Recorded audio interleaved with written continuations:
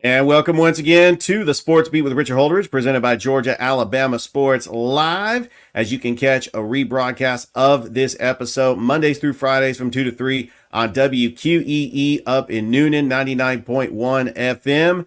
And I'm excited about my next guest. I guess we're calling it the Crowded Booth Sports Beat crossover show. I've been wanting to get him on the Sports Beat for a while. We both have shows on WQEE, and I'm excited because he grew up in Columbus. He also is a digital reporter for 24/7 Sports for covering LSU, and also has a podcast called The Crowded Booth with Bryce Koon. Please welcome to the Sports Beat for the very first time, Bryce Koon.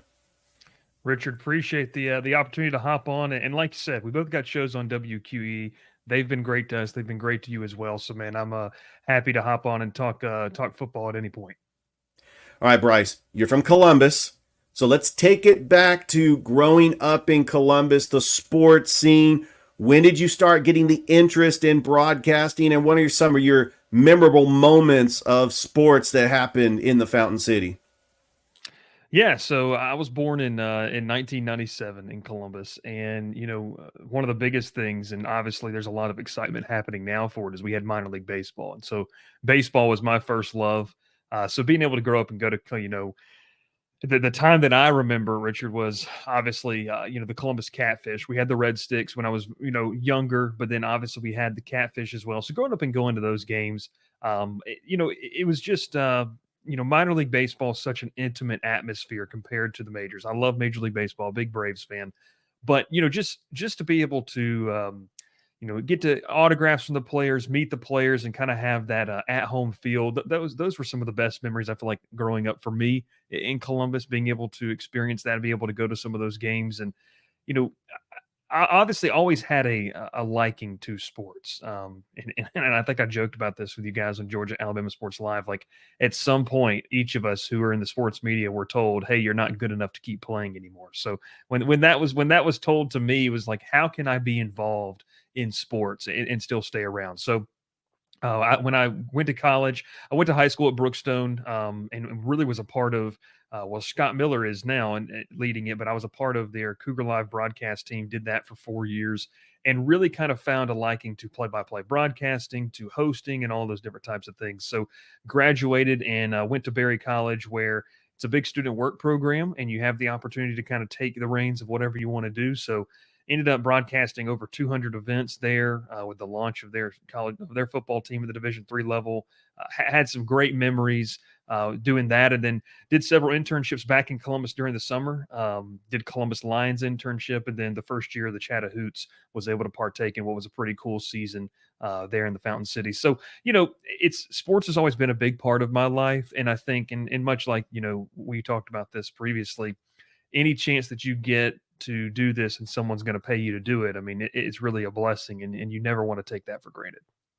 Bryce, it's funny you mentioned that you went to Berry College. My first year at Freed-Hardeman University, which is an NAIA school in Henderson, Tennessee, Berry College was in the Trans-South Conference with Freed-Hardeman, and I remember because I was doing the same thing. I was calling games on the radio, and I remember the sports director was saying, hey, we got a road game in Berry College. Does anybody want to go? And I'm like, I got class. That is like 5 hours away. There's no way we're going to be able to cover this. And then Berry College moved on to a different conference. So our paths have crossed. I mean, we went to I went to an NAIA school. Barry College, what made the jump to NCAA Division III now? So Hmm. it's kind of interesting because these smaller schools, you get an opportunity to be on the air, and you're able to have hands on and be behind the camera and also be in front of the mic, and that's where I got that passion. Yeah, it's so special. I think I've told this to many people. Like it's not a knock against the big journalism schools. They have great programs. They have pumped out fantastic broadcasters, journalists. But when you have a chance, like you mentioned, Richard, to go to a smaller school, I just took it upon myself and really was able to say and wanted to say, I should say, when I graduated, that I'd have the experience factor, and I think that's just something that cannot be it can't be manipulated. Yes, you can have a piece of paper that says you graduated from the Syracuses, the Northwesterns, and all those kinds of type programs, but experience in our business matters. On air reps, the ability to feel comfortable on camera, and that's only going to come with experience. So. That was something that was pretty special, and I'll always be thankful towards Barry and obviously their athletic communications department, the communications department in general, and just being a part of that program, and everything from our TV station that we had there to our newspaper, just helping cultivate obviously the opportunities that I have today.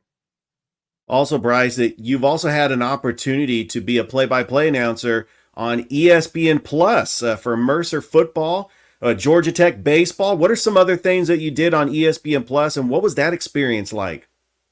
Yeah, no, it was kind of crazy. I mean, we went into so long story short, I was slated to be in minor league baseball over in Birmingham with the Barons in 2020, and as we know, COVID kind of shut the sports world down. I still remember sitting at my desk at the stadium over there at Regents Field, and kind of learning, hey, we're probably not going to have a season. And so that fall, when college athletics started to kick back off, I had some connections over at Mercer that kind of allowed me to get into their ESPN Plus broadcast. And I think for smaller programs like a Mercer, that's been huge in terms of like branding for them to be able to have their games broadcasted, whether it's soccer, whether any sport, like the opportunity to do that. And so I think ESPN's done a good job with the smaller schools, the smaller conferences for that. So was able to jump into that and really kind of take part in theirs. Well, went from women's basketball to a couple men's games and some football as well. And then just like you said, networking is everything in this business. So still have people that I'm really close with on the broadcast team up at Georgia Tech, and that led to some ACC network broadcasts, whether it be softball, whether it be women's basketball, and then doing baseball on the radio for 2 seasons up there in Atlanta. So, it's something that, you just look back and you're thankful that you dive into relationships with people, and still, even though now that I'm far away from Atlanta, 7 hours away from Atlanta, still keep up with those people. They're lifelong friends, and it's something that I'll always be appreciative of. Bryce, let's talk about the crowded booth with Bryce Koon. It's now on WQEE. You can actually download it on Apple Podcast, Spotify, iHeartRadio. A very unique show where you have Ralph Leary, Will Mannis. I mean, just talk about how you got the crowded booth with Bryce Koon off the ground. Where did it start? How long have you been having a show? And how can people listen to it and watch it? And really, what is the next level to take the crowded booth to where you want it to go? Yeah, no, it's kind of funny. So I was at Barry, and I really wanted to do something outside of the broadcast that I was doing, in our kind of being our sports anchor for our little TV station up there in Rome. So I was looking for something else, and one of the biggest things, and this kind of started, I would say, right about when I was in college. We've seen the rise of independent media. I mean, independent media dominates, I feel like, the college athletics landscape, especially. So I wanted to be able to kind of create my own brand. And it started with a conversation with Dale Williams and DJ Jones, actually, that was kind of allowed. Said, hey, this is something I'm interested in. What do you all suggest? I mean, obviously, growing up in Columbus, there wasn't a massive presence of sports radio in terms of it kind of faltered on 95.7. There was some radio, and it kind of had gone in and out. But obviously, Dale Williams and DJ Jones are kind of a constant in the community. So and I was close with Dale's son, Dale Williams Jr. He and I had grown up playing sports together. So, we talked about it, and they said, hey, you should launch your own brand, a podcast, whether it's interview style, whether it's, a weekly show or something like that. So we ended up doing that in December of 2017. And really, being a college student and having to go to school and do all those things, it really didn't take off as a weekly show with any type of rhythm. It was more of an interview style show. We were lucky to have a good partnership with the Rome Braves, the single A team of Atlanta down there. So got a couple guys on to do an interview style show. One of the big gets that we were able to get in 2018 was Vince Dooley. We were able to go to Athens and do an interview with him, which was just a credible experience. And obviously, with Vince Dooley's passing, it's just even more special to be able to kind of capture some of his moments and stuff like that. So we took off in 2018 with that, and then as I was going through school, trying like I said, the grind of a college student. I knew I wanted to take it to something else and wanted it to be something more. So when I graduated, I would say probably 2021 is when we started to incorporate some type of different elements into the show. And so obviously when I started for 24/7 Sports, early on was covering Georgia Tech. And so we didn't have a podcast platform through 24/7 Sports. So I kind of launched the Georgia Tech, what's now the Georgia Tech arm of the Crowded Booth and Swarm Talk. And it's been so much fun. Even now, 7 hours away, I would say that we're probably, and I mean not probably. You look at our numbers, we do well with with their coverage and not even being there every single day, and that's just a testament to the listeners, the followers that we've had, and that community, how it's grown. So that's been a lot of fun. And then in 2022, we started really wanting to get more into general college football. And then I would say we did some of that, but then last season, Ralph, Larry, Will Mannis, we kind of really dove into, hey, let's do 2 live shows a week, talking college football, giving picks, reactions to big games. And so, last year I would say is the first year we really kind of dove into a big plan. And then, ever since then, I feel like it's turned from a passion project into something that we're trying to, keep building into a business and everything like that. So, we've been lucky to go down to Sunbelt Media Days in New Orleans and interview coaches and players, SEC Media Days this past year in Dallas, Texas, which was a lot of fun to get some good content from there. And obviously we have an opportunity. We've said this on our show where we're going to try to take this show on the road. And we'll kick that off in week 1 up in Atlanta, Georgia Tech versus Georgia State, which is going to be a lot of fun. We're going to have a tailgate and everything. And so, it's gone from, Richard, I've told this, I've known Ralph Larry since I was 6. I've known Will Mannis since I was 8 or 9. I mean, the conversations that we had at the lunch table, that's what makes it special. Because these are the same conversations we were having then, and now we get to kind of share that product. And it's pretty cool to be able to do it with 2 of your best friends. There's no question about that. There is a platform for that. I can't tell you how many people at work or church, they come up to me and they ask me questions about sports. I mean, sometimes during football season, they ask me, which running back should I start in my fantasy league? And I really am blessed that we both have platforms that we can just talk sports because we love doing it. And a funny story, Bryce, before we get into Georgia Tech and LSU, when I first came on WQEE back in January of 2022, the station manager, Ryan O'Neill, put our pictures up side by side for the promotion because I had a show at 5, you had a show at 5:30. So here's these 2 guys that 2 years later we're finally getting together and doing a crossover show, and I'm just blessed. But I love listening to your show. When it comes to Georgia Tech football, I don't think anybody does it better than you as far as the knowledge of Georgia Tech football and the breakdown of games. I know recently you talked about Georgia Tech could be a contender in the ACC, and I absolutely agree with you, Bryce.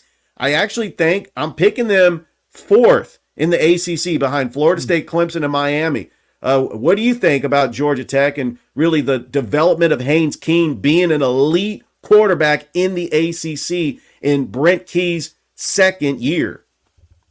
Yeah, we talked about this last night on our live show. We do Georgia Tech content every Sunday and Thursday evening live on our YouTube channel, and then obviously in podcast form, the next morning. My whole take on Georgia Tech has been, to me, there's 3 games on that schedule this year that you should know the result. Now, look, college football is crazy. We both know that, Richard. Anything can happen. Anybody can beat anybody in any given day. But when you look at what kind of could transpire in terms of over the course of schedule, I think outside of Georgia State, they should win that football game. VMI, they should win that football game. In Georgia, I still think there's a ways to go in order to beat Georgia and feel like you can win that game. So if I have that as a loss, there's 3 games. There's 9 other games where I think you have a chance to win all of those. Next week they're going to be playing Florida State in Ireland. It's a tone-setting game.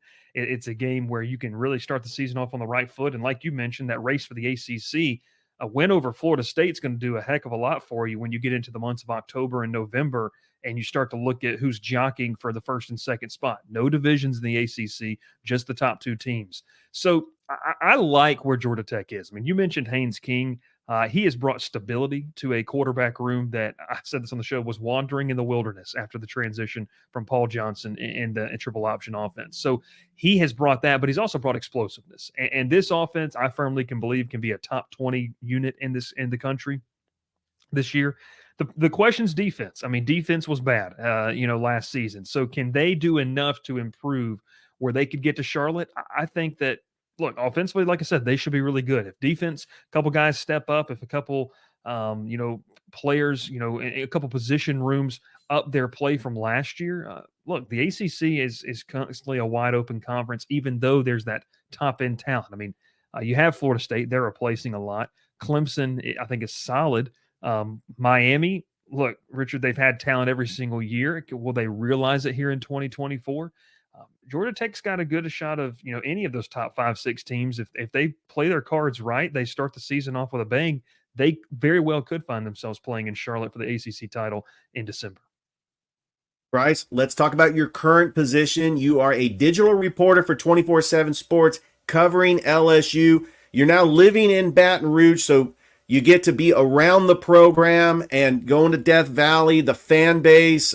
There's nothing like it down at LSU, but the expectations, because here's the thing, LSU has won 3 national titles with 3 different head coaches, and I know that the LSU fan base says, okay, we got Brian Kelly from Notre Dame, we're expected to win a national title. But the landscape of college football has changed with the NIL and the transfer portal. When you started covering LSU for 24/7 Sports, what was the first reaction that you got from the fan base at LSU? Did you feel that they were unrealistic, or was it exactly what you expected? I would be remiss if I said it was exactly what I expected. I mean, you hear, obviously, Death Valley, Tiger Stadium, toughest place to play in college football. And then just how rabid this fan base is. I think what makes it unique is, growing up in Georgia, yes, Georgia to me is dominated by college football, dominated by Georgia, football. But, you have Braves fans, you have Falcons fans, you have Hawks fans, you have, hockey fans that are hoping for that NHL team to come back, obviously, to the area. But in Louisiana, like, it's so different in terms of, in New Orleans, you have the Saints, which there's a fair share of Saints fans. The Pelicans are kind of that second tier, I would say the middle child. But then you have LSU, and it's just purple and gold everywhere. And I think, being the singular state school in the state, I mean, being the prominent school, obviously, in this state, it means a lot to people. And I think that has been one of the joys of covering this program for the last 18, going into my 18 months, going into my second full season covering football. I think that it's one of the joys because when you get here, you hear about everything, but then you get to see it. There's not a Saturday where, you're not bumper to bumper traffic in the area, regardless if you're 5 minutes from the stadium or 20 minutes from the stadium. Rain or shine, it's going to be great tailgate, great food they're going to have. And so I think it's just been something where there's expectations, obviously. Year 3, everywhere Brian Kelly has been, he has made a nice jump. Will that happen this year? I mean, I think that LSU's ceiling or their expectation should be a perennial playoff team. And this is a fan base that should expect to compete for national championships, like you mentioned, the history that they've had over the past 20, 25 years. So I wouldn't say it's necessarily unrealistic in terms of what they can accomplish. I mean, you look NIL wise, just from talking with people, this is a program that competes, maybe not on the levels of, your Oregons or your A&Ms or your Ole Miss to a certain extent, but they compete well with your Texases and other programs. So everything is here for this to be one of the top programs in the country. I mean, it's one of the more recognizable logos. in college football from a brand value standpoint. So, it's been a blessing to be able to cover LSU, to be able to interact with the fan base. Look, they're called fans, fanatics for a reason.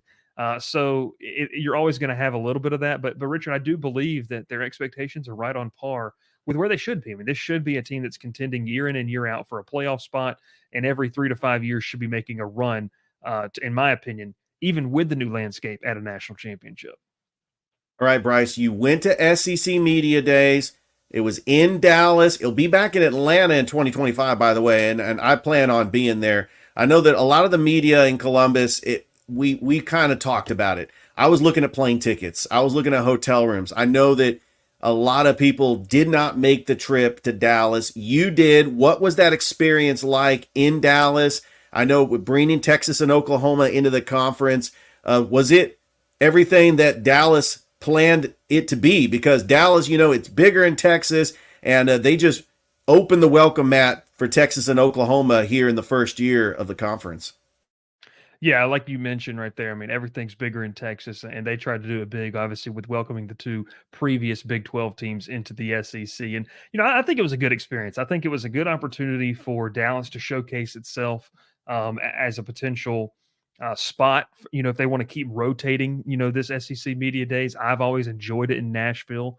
We have our 24/7 sports headquarters there, so that obviously, helps out with things there. Atlanta, the college football capital of the world with the Hall of Fame there. I mean, being a Georgia guy, I like, and especially next year, Richard, you're going to have the All-Star game lining up with it, there with the Braves. So I'll definitely will be able to go back home, see some family, and enjoy a couple weeks there for that. But I think that, they did it well in Dallas, and in terms of just showcasing what the city had to offer, showcasing that this is an SEC city now. I know Austin's, not too far from Dallas, but it's just it's one of those big cities. It feels like a lot like Atlanta to a certain extent. And then I would say too, shout out to the Cotton Bowl, the Goodyear Cotton Bowl, who did a fantastic job with different marketing and promotions to help integrate where a bowl game where SEC teams don't really go play a lot.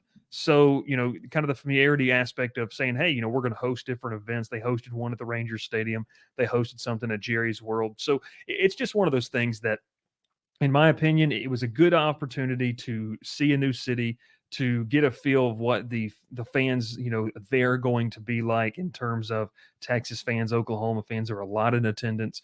Alabama fans made the trip, some LSU fans made the trip, but it was a really cool experience. And I think that, if they keep it on this nice rotation, they used to obviously have it in Birmingham, but if you could see, Atlanta, Nashville, Birmingham, and maybe Dallas, I mean, hey, it's not too bad to get a different city each and every single year.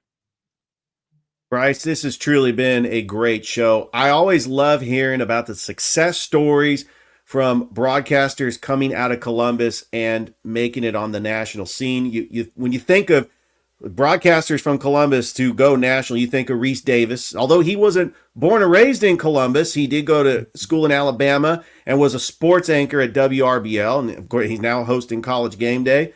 Or how about Josh Pate, who started on the press box with Bobby Z and friends back in the early 2010s and worked for WLTZ. And he got his Late Kick podcast off the ground in Columbus. And he's now working for 24/7 Sports up in Nashville, the same company you worked for. And Bryce, seeing you now at 24/7 Sports in Baton Rouge, I wish you nothing but the best of luck. I know that your podcast is growing and it's very entertaining. Before I let you go, tell everybody how you can listen to your podcast and where they can follow you on social media. Yeah, I mean, obviously, you can check us out on YouTube at The Crowded Booth. We have all of our content there. You can see the different shows we have. It's a ton of fun. And Richard, it couldn't be more perfect timing as we kind of really kick off our regular season coverage with week 0 of college football starting next week. You can listen to us, obviously, at WQEE with fantastic partnership with them. We've been very grateful to be partnered with them for the past 2 seasons as well. And then obviously anywhere you want to find your audio podcast, like you mentioned there, Spotify, Apple, iHeartRadio, anywhere where you get your audio podcast, you can find that out as well. And then social media, you can check us out pretty much on all the platforms. Same tag there at The Crowded Booth. And it's a good team we have. I enjoy doing it. We had a great show last night. We opened the phone lines, which You spend some time in radio and doing that. It's always, you got to cross your fingers when you open the phone lines, but it's a good opportunity to interact with the fans. And that's really been something where, and I think I said this on the Georgia Alabama Sports Show about a month ago with y'all, but I think if you wanted to look at, your more buttoned up, professional media setting, there's places for that. And it's not that we don't try to be professional. It's more, we want interactive. We view it as, hey, we're just people who have the platform. We don't think of ourselves any different. So, letting fans come on, give their piece is something that's been a really integral part of our show. I could not agree more. Calling into sports talk radio shows is a lost art. I haven't done it in years. I remember 2018, I called into the Sports Zone with Stephen Williams on 95.7 ESPN Radio. That's the show that replaced the Press Box with Bobby Z and friends. And then we had Sports Unleashed with Bam and Reggie Reg in 2019. And all of a sudden, no more local sports talk radio 5 days a week in Columbus. Although Thrift Behringer and DJ Jones do an awesome job with Sports Visions, but it's only Mondays and Thursdays. So we got to get it back. That's a passion of mine. Local sports talk radio in Columbus. I try to keep it local, but Bryce, it's always great catching up with somebody that grew up in Columbus, that has branched out and done broadcasting in other markets. I wish you nothing but the best of luck. And hopefully we can meet one day, maybe next year at SEC Media Days. Yeah, that'd be awesome. Obviously, I love those Columbus media guys, and the opportunity to go back home for us. My wife and I both from Columbus growing up there. We'll definitely spend some days in Columbus before I head up to Atlanta for a full week of college football talk. All right, I appreciate it.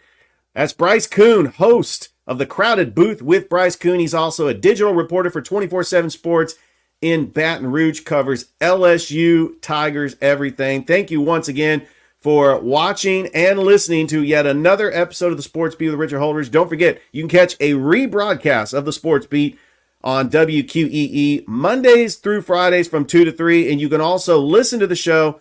I'm found on Apple Podcasts, Spotify, iHeartRadio, or wherever you get your podcasts. Thanks once again. Have a great rest of your day.